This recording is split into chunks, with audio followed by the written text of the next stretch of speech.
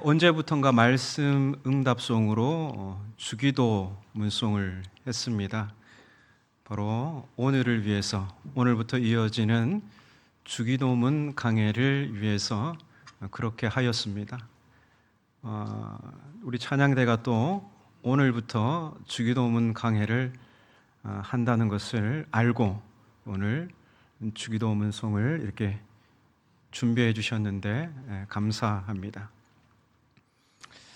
오늘은 6월 첫 주일입니다. 시간이 참 빠르게 지나가죠.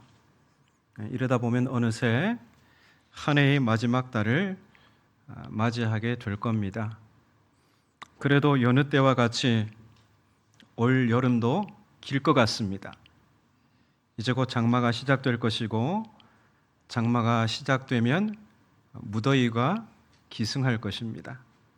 더위에 약한 분들은 긴긴 여름 무더위와 싸워야 하고, 또 모기를 싫어하는 분들도 많잖아요. 우리 집에는 모기가 저한테 잘 오지 않습니다. 제 피는 별로 맛이 없나 봅니다. 그래서 한 곳으로 집중해서 가서 너무나 좋습니다. 또 누군가는 설레는 마음으로 여름 휴가를 계획하고 계실지 모르겠습니다. 목회도 6월 첫 주를 맞이하니까 어떻게 시간이 지나갔는지 모르겠습니다. 이렇게 지나다 보면 금방 마지막 달력 한 장만 남게 될 것입니다. 그러나 그리스도를 본받아라는 표어로 시작한 우리의 한 해는 한 걸음이 쌓여 한 해의 끝을 맞이하게 될 것입니다. 오늘 6월의 첫 주일부터는 주님의 기도를 본받아라는 소주제로 주님께서 가르쳐 주신 주기도문을 한 걸음씩 떼보려고 합니다. 사진 한 장만 보여주실래요? 이 사람이 누군지 아십니까? 네. 한 5, 60대, 4, 5, 60대 분들은 저 사람이 누구인지를 알 겁니다. 유명한 발라드 가수 변진섭입니다. 제가 중학교 다닐 때 이 가수의 노래가 참 인기였습니다. 그 중에 희망사항이라는 노래가 있는데요. 제가 한번 불러드릴까요? 네. 이런 노래가 있어요. 노랫말이 청바지가 잘 어울리는 여자, 밥을 많이 먹어도 배 안 나오는 여자, 내 얘기가 재미없어도 웃어주는 여자, 난 그런 여자가 좋더라. 네, 남자들의 로망이죠, 그런 여자. 그런 식으로 노래가 이렇게 이어집니다. 그리고 이 변진섭의 히트곡 중에는 홀로 된다는 것, 새들처럼 우리의 사랑이 필요한 거죠. 이런 노래들이 있는데요. 또 그중 하나 뭐가 있냐면 너에게로 또다시. 지금 아이돌 가수들도 이 곡을 리메이크해서 잘 부릅니다. 너에게로 또다시. 제가 이제 그 노랫말을 낭독해 드릴 테니까 잘 음미해 보시기 바랍니다. 연인이 있었는데 이제 한 남자가 무슨 이유인지 모르겠지만 이 연인으로부터 정말 도망치려는, 여인이 싫어서 그런 건 아니고 어떤 사연이 있었나 봅니다. 그러나 그런 남자의 몸부림에 이 여자는 계속해서 그 자리를 지켜주고 있는 그런 어떤 상황에서 쓰여진 곡인데 제가 한번 낭독해 드리겠습니다. 그 얼마나 오랜 시간을 짙은 어둠에서 서성거렸나. 내 마음을 닫아둔 채로 헤매이다 흘러간 시간. 잊고 싶던 모든 일들은 때론 잊은 듯이 생각됐지만 고개 저어도 떠오르는 건 나를 보던 젖은 그 얼굴. 아무런 말 없이 떠나버려도 때로는 모진 말로 멍들이며 울려도 내 깊은 방황을 변함없이 따뜻한 눈으로 지켜보던 너. 너에게로 또다시 돌아오기까지가 왜 이리 힘들었을까? 이제 나는 알았어. 내가 죽는 날까지 널 떠날 수 없다는 걸. 중학교 2학년 어느 날 우리 가족은 옆집으로부터 저녁 초대를 받았습니다. 식사를 마친 후에 저는 혼자 이 마이마이 이어폰을 귀에 꽂고 옆방으로 갔습니다. 그리고 중학교 2학년 그 감정을 모두 끌어담아서 너에게로 또다시를 열창했습니다. 너에게로 또다시 돌아오기까지가 왜 이리 힘들었을까? 이제 나는 알았어. 내가 죽는 날까지 널 떠날 수 없다는 걸. 제 인생에서 가장 깊은 감정을 담아 불렀던 노래입니다. 근데 대상이 누구였을까? 정확하게 기억나지는 않지만 어렴풋이 기억이 나는데 길 건너 쌀집 딸이었던 것 같습니다. 자, 그렇게 몇 번을 반복해서 목 놓아 노래를 부르다가 다시 어른들이 모여 있는 방으로 갔습니다. 그런데 뭔가 이상한 기운이 감돌았습니다. 어른들이 하나같이 이상 야릇한 미소를 지으면서 저를 보는 것입니다. 그러더니 옆집 아저씨가 이렇게 입을 뗍니다. 뭐가 그렇게 힘들어? 누군데 그렇게 죽는 날까지 널 떠날 수 없다고 그렇게 하는 거야? 앞불싸. 방음이 전혀 되지 않아 제가 부르는 노래가 그대로 전달된 것입니다. 그 옆집은 바로 그게 광산촌이었거든요. 문경 광산촌이었는데 다 판잣집 사택이었어요. 그래서 방음이 전혀 되지 않았거든요. 어른들이 듣기에 아직 어린 중학생과 이 묵직한 사랑 노랫말이 어울리지 않았던 것이죠. 마치 트롯 신동이 내 나이가 어때서를 부르는 것처럼 말이죠. 이런 모습은 요즘 어린이들에게도 어렵지 않게 볼 수 있습니다.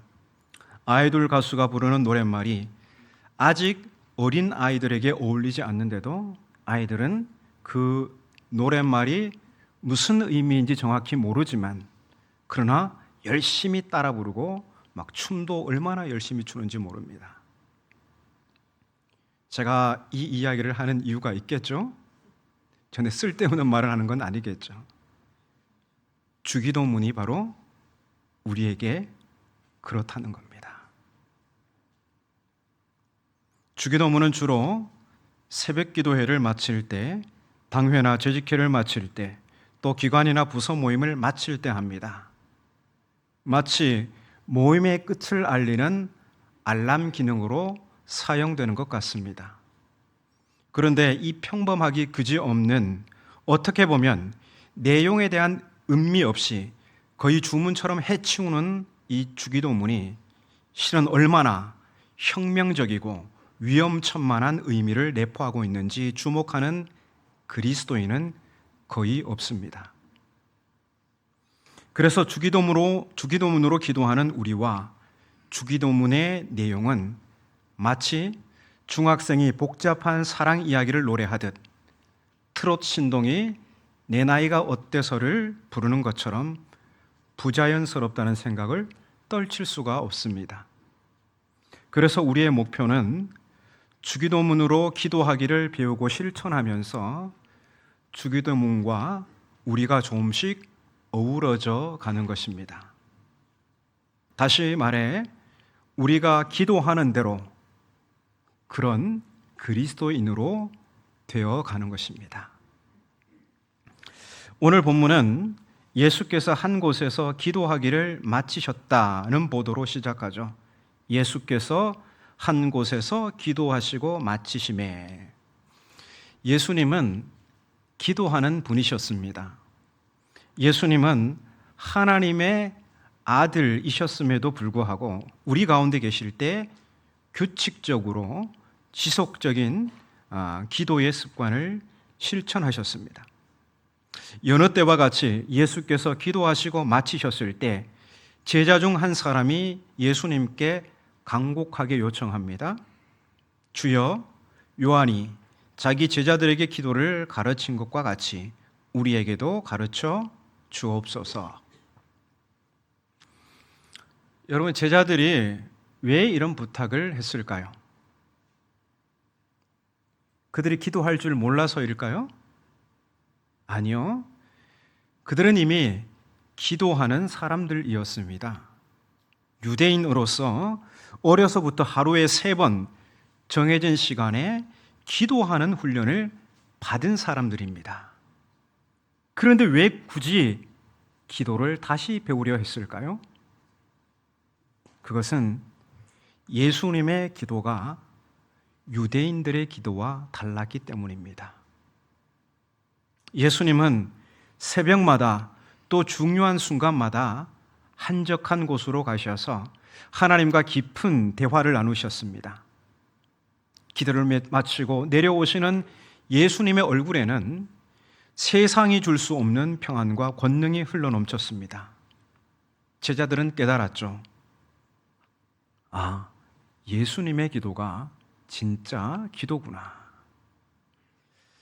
여러분, 기도는 배우는 것입니다. 수영을 배워야 몸에 힘을 빼고 앞으로 차고 나가듯 기도도 배워야 내 욕심을 빼고, 즉 자기를 부인하고 주님의 뒤를 따라갈 수 있습니다. 자, 그런 의미에서 기도는 내 마음을 하나님의 마음에 맞추는 조율이다, 이렇게 말할 수 있겠습니다. 내 마음을 하나님의 마음에 맞추는 조율이다. 오케스트라가 연주를 하기 전 먼저 하는 일이 조율입니다. 화면을 보시면 한 악기가 나오는데요. 저게 무슨 악기일까요? 네. 오보에라는 악기입니다. 오케스트라의 기준음을 내는 기준음 A, 도레미파솔라, 이 라 음을 내는 그 악기인데요. 이 오보에가 기준음 A를 내면 모든 악기가 그 기준음에 맞춰서 악기를 조율합니다. 제 아무리 탁월한 연주가가 모여 있어도 조율이 되지 않은 채 연주를 하면 듣는 사람이 매우 곤혹스럽겠고, 그래서 그 연주는 망치게 됩니다. 우리 그리스도인의 매일의 삶을 오케스트라 연주로 비유한다면 하루의 삶을 시작하기 전 반드시 선행해야 할 게 무엇일까요? 우리의 삶이 오케스트라 연주예요. 그럼 우리가 하루를 시작하기 전 가장 먼저 선행해야 할 게 무엇이겠습니까? 조율이죠. 조율. 바로 우리의 마음줄을 하나님의 기준음에 맞추는 기도를 말하는 것입니다. 우리 마음을 하나님의 기준음에 잘 맞추면 우리의 하루가 어떻게 될까요? 내 욕망을 이루기 위해 타인을 해치는 삶일까요? 아니면 이웃과 더불어 화평을 이루는 아름다운 연주와 같은 삶일까요? 사람들은 흔히 기도를 내 요구사항을 하나님께 관철시키는 수단으로 생각합니다. 이것도 주시고 저것도 해결해 주시고 내 뜻대로 되게 하소서. 이건 조율이 아니겠죠. 이것은 마치 조율이 안 된 바이올린 주자가 다른 모든 악기를 향해서 나를 기준음으로 맞추라는 것과 같습니다. 아니, 내가 조율이 되지 않았는데 나한테 다 맞추면 어떻게 된다는 거예요? 이게 무슨 말이에요? 연주를 망치겠다는 겁니다. 그렇다면 내 욕망을 관철시키는 기도, 그 사실은 삶을 망쳐달라는 기도와도 같은 것입니다.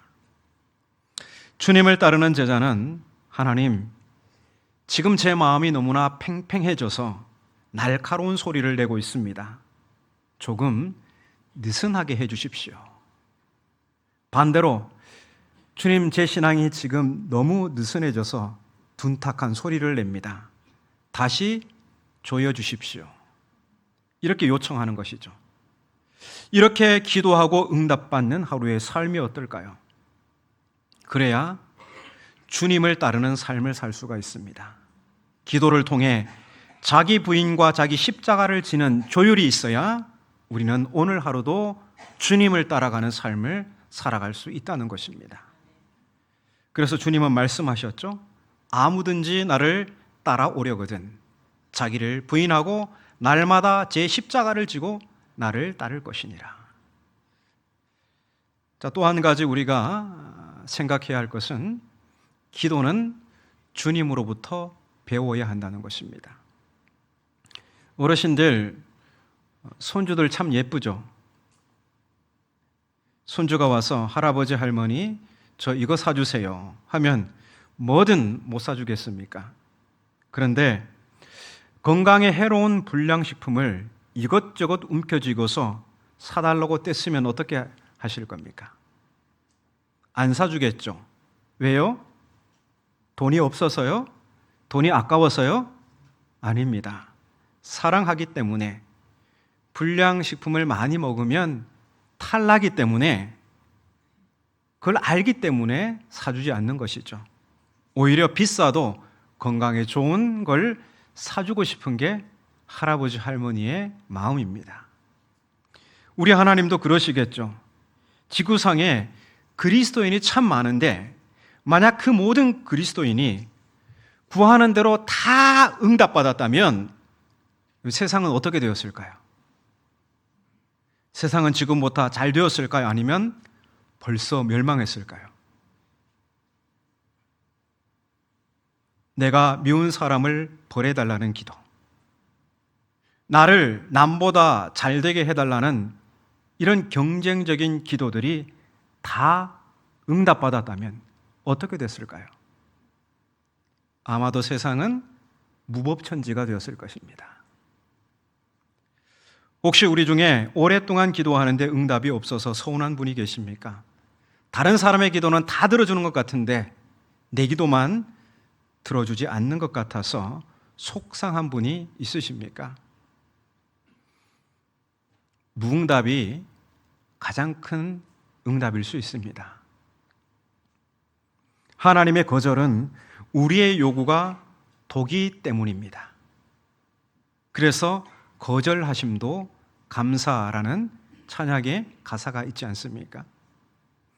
그리고 오늘부터 우리가 살펴볼 주기도문은 우리가 원하는 것을 얻기 위한 기도가 아니라 우리가 원하는 것을 하나님이 원하시는 방향으로 전향시키기 위해서 배우는 기도입니다.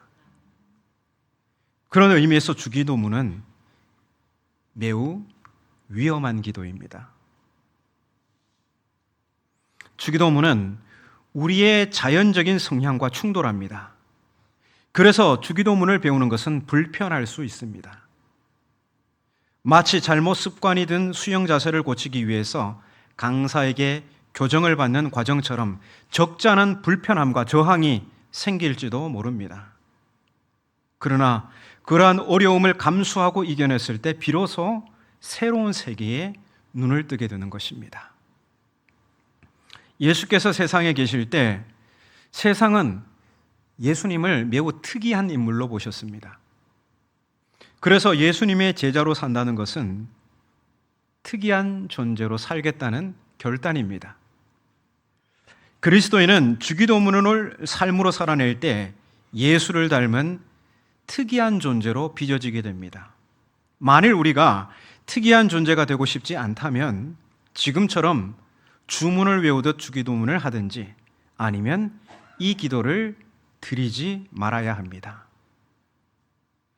물론 특이한 존재가 된다는 말을 오해해서는 안 됩니다. 특이하다는 것은 우리 사회와 동떨어진 존재가 된다는 게 아닙니다. 오히려 우리 사회의 작은 자들이 갈망하고 고대하는 그런 등불과 같은 존재가 된다는 것입니다. 어둠 가운데 신음하는 이 땅의 사람들은 바로 예수 닮은 특이한 존재를 갈망합니다. 그래서 주기도문으로 기도하기를 배우는 사람이 많을수록 세상은 더욱 아름답게 그렇게 변화됩니다. 하지만 이런 특이한 존재가 되는 것은 모든 사람에게 환영받는 일이 아닙니다. 세상 권세자들, 특히 불의한 자들은 그런 예수 닮은 특이한 존재를 달가워하지 않습니다. 헤롯은 예수의 탄생을 환영하지 않았습니다. 그는 아기 예수를 죽이려고 했고, 그로 인해 요셉과 마리아는 아기 예수를 데리고 헤롯의 낯을 피해 멀리 이집트로 피신해야 했습니다. 그래서 주기도문은 또한 고난이 따르는 위험한 기도입니다. 자, 이 시간 결단하시죠. 계속할까요? 그만할까요? 오늘로 끝낼까요? 계속할까요?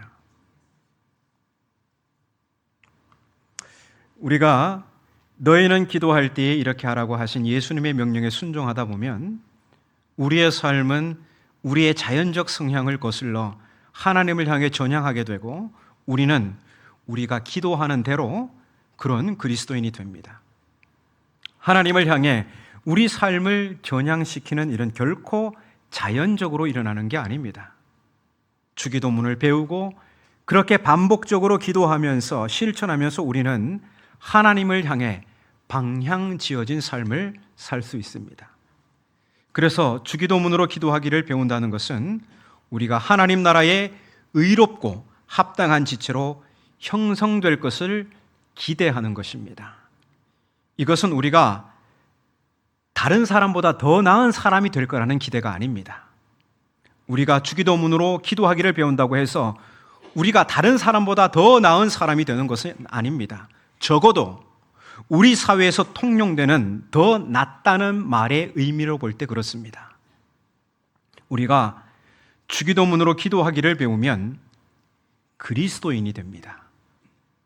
내가 다른 사람보다 더 낫다고 주장할 필요가 없는 그런 자유로운, 자유함에 충만한 예수의 제자가 된다는 것이죠. 누군가에게 기도를 배워야 한다는 말이 이상하게 들릴 수도 있습니다. 왜냐하면 오늘 우리 사회는 개인적 자유를 숭배합니다. 그래서 기도도 각자가 자기 나름대로 할 수 있다는 생각을 하게 됩니다. 그러나 기도는 결코 우리가 나름대로 하는 것이 아닙니다. 기도는 배워야 합니다. 중요한 것은 누구로부터 배우느냐는 것이죠. 우리는 주님이 아니라 자본주의 경제로부터 기도를 배울 수 있습니다. 아시다시피 이렇게 잘못 배운 기도가 바로 야고보 장로가 말한 구하여도 응답받지 못하는 정욕에 쓰려고 하는 기도입니다. 어쨌거나 우리는 어디선가에서 기도를 배우게 됩니다. 그러나 좋은 기도 선생에게 잘 배워야 하겠죠. 그러면 우리는 누구로부터 기도를 배워야 할까요? 바로 우리 주님 예수 그리스도이십니다. 그래서 우리도 이 첫 시간 그 옛날 제자들처럼 이렇게 간곡히 요청합니다. 주여 기도를 가르쳐 주소서. 우리 같이 한번 해볼까요? 주여 기도를 가르쳐 주소서. 네, 바라기는 주기도문으로 기도하기를 배우면서 우리의 기도가 바뀌고 우리의 생각이 바뀌며 우리의 성품과 삶이 그리스도를 닮아가기 바랍니다.